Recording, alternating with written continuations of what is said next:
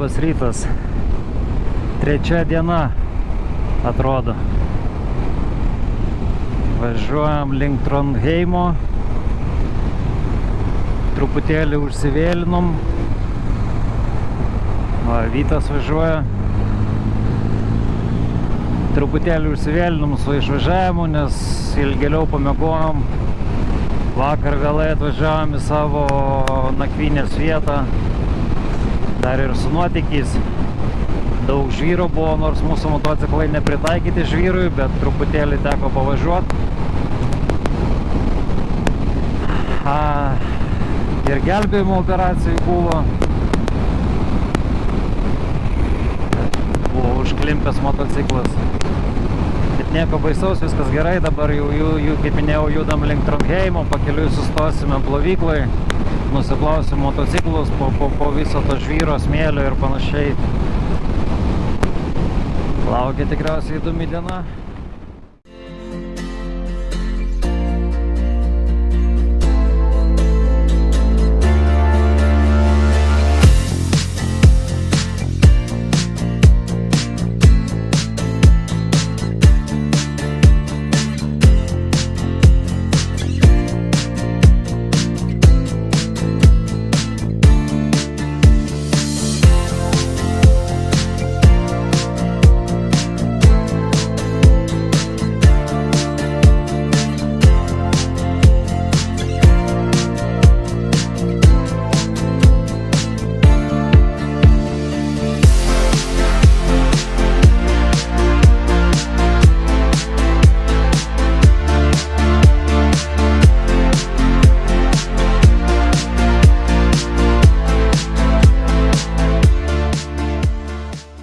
Pavirtom pokemonais.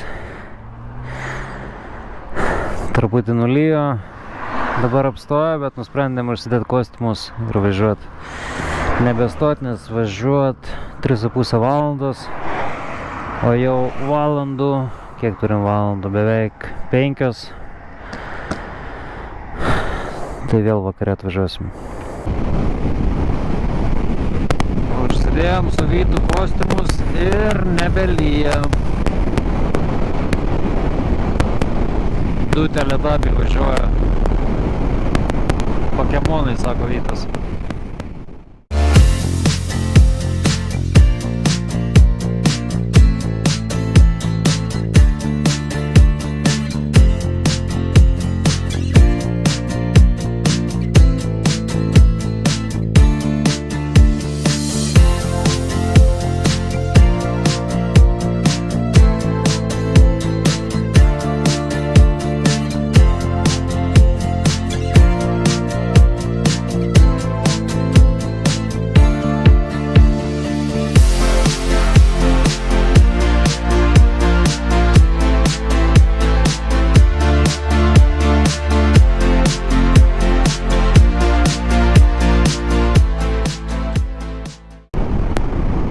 Neblogas debesiukas mūsų laukia Trondheime.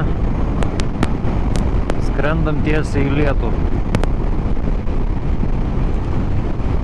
Ir panašu, kad jau pradeda lyt.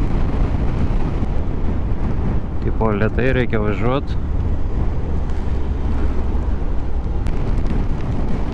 Įvažiavom tik į Norvegiją ir jau pradeda pilt normaliai. Kairėje kalnai, kurių beveik nesimato, nes lyja pakankamai neblogai. Tai Vytas teisingai sako, reikia atsargiai važiuoti.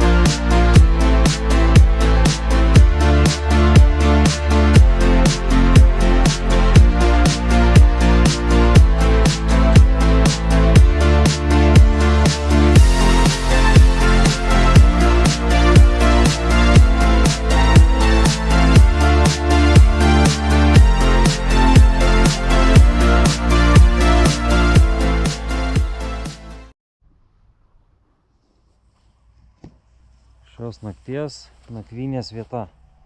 Netoli Trondheimo. Ilsėsimės lovoj ir su elektra. Šiandien ateikit arčiau. Labas vakaras. Šiandien, sakyčiau, gan įdomią dieną gavom. Vakar vakare susipažinom su švedu. Jau naktį blūdijom po miškus. Aš jau galų gale net jau nuo nušnuovargio motociklą ant šoną nuverčiau ir netyčia žvyrkelį susitikom švedą. Vardu Gustavas. Sako, tai be problemų, statykit pas mane namie, palapinę palydėjo. Pas save kieme pasistatėm palapinę, labai susidraugavom. Pasirodo fanas senų sunkvežimių, tai šiandien davė pagazuoti savo Scania senovinę, o paskiau pajudėjom. Tai Norvegija mums pasitiko kaip tikra Norvegija su lietum.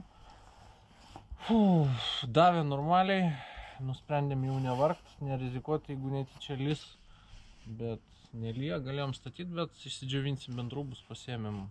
Airbnb, sakyčiau, visai normalia kaina, labai pigiai, 50 eurų, su kapeikom 502. Ir išsimiegosim kaip žmonės, išsidžiovinsim rūbus ir važiuosim toliau, nes kelionė tik prasideda. Viskas. Šiandien užteks. Iki.